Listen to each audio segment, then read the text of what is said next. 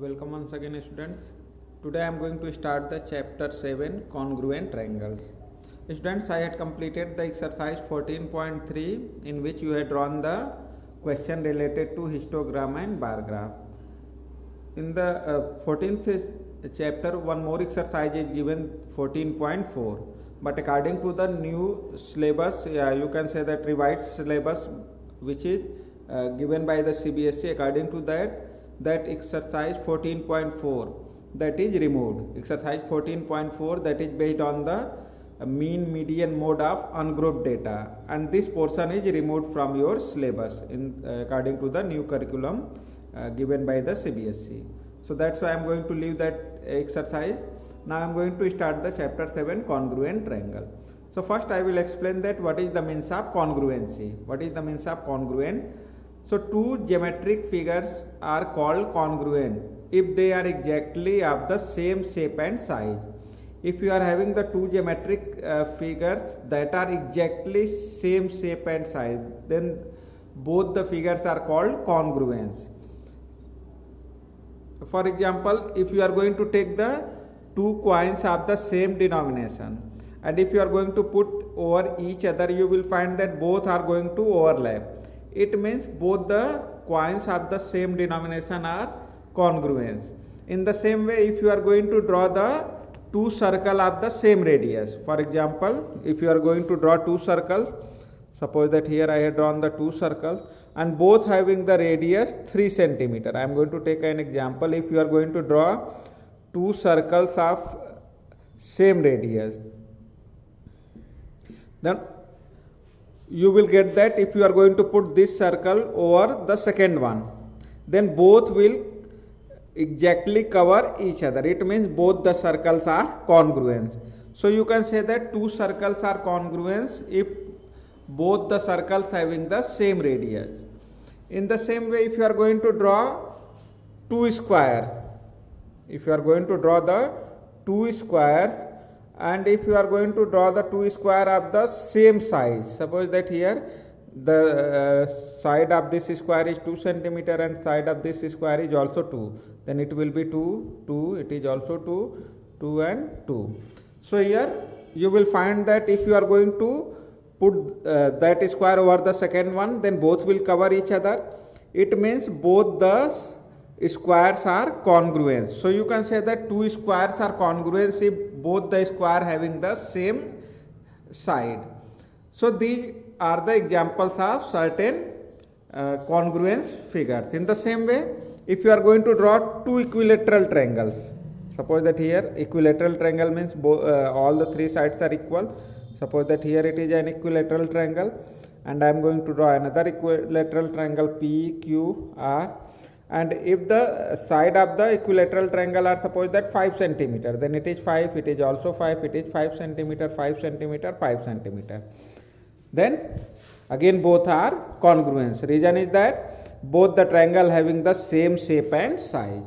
So I think all of you got that what is called the congruency. So again I am going to repeat that two geometric figures are called congruent if they are exactly in the same shape and size. So that is the example of the congruency. Now students, chapter number 7, that is given the triangle. So especially in the chapter number 7, you will study about the congruency of the triangles. Especially you will study about congruency of the triangles. So here I am going to explain when the two triangles will be congruent. So two triangles will be congruent if both the triangles corresponding sides are equal and corresponding angles are equal. Then both the triangles are called congruent. For example, here I had taken the triangle ABC and triangle PQR. I am going to talk about these two triangles ABC and PQR.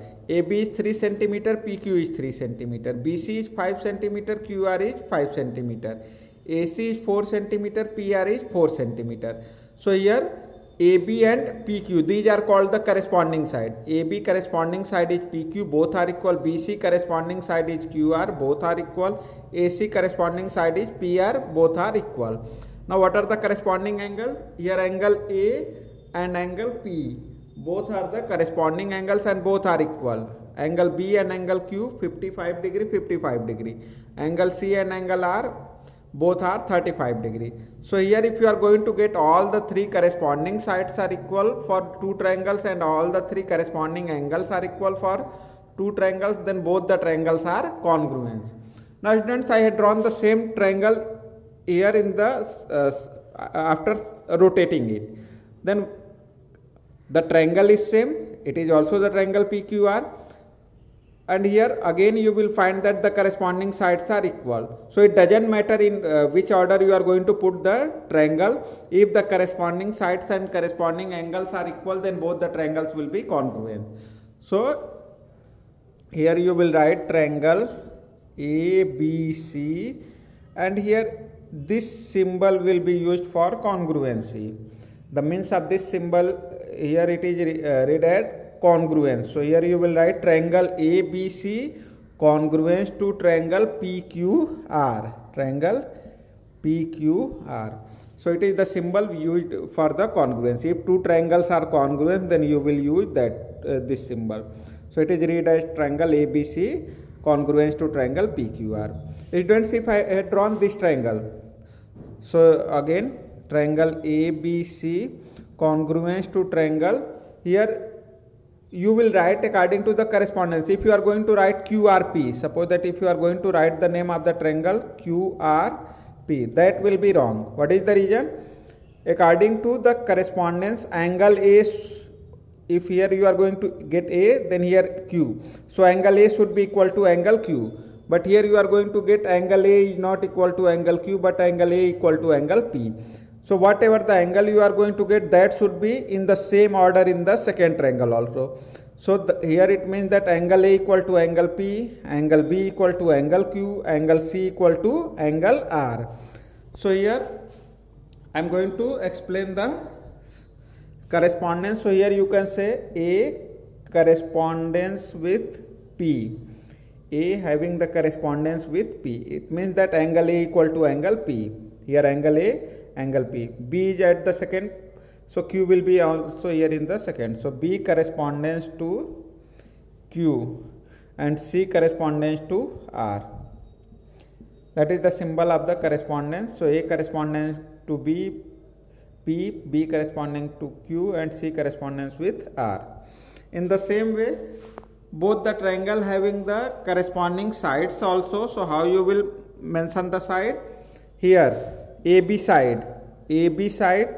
So here you are going to get PQ. AB and PQ, you can find both are equal and both are at the same position when you are given the naming. So here you can write AB correspondence with PQ. Now BC, then it is correspondence with QR. So BC correspondence with QR. And third side, that is AC, that is correspondence with PR. So AC having the correspondence with PR. So students, here I had written the same triangle QRP, PQR or QRP, that is going to represent the same triangle. But if you are going to write it QRP, that is not going to follow the correspondence. Correspondence means whatever the position of the corresponding angle in the first triangle is there, the same position will be in the second. Correspondence with the side should be also same. So that's why PQR and QRP both are indicating the same triangle, but here the correspondence is going to be changed. According to that, AB should be equal to QR, but AB is exactly equal to PQ. So you will write always the triangles, if both are congruent, then according to the correspondence. So that you need to follow. So it doesn't matter in whatever the triangle it is going to be rotated here, whatever the position it is going to be kept. Only you need to check the correspondence. If corresponding sides are equal, corresponding angles are equal, then both the triangles will be congruent. So in the next video I will discuss certain theorems related to the congruency.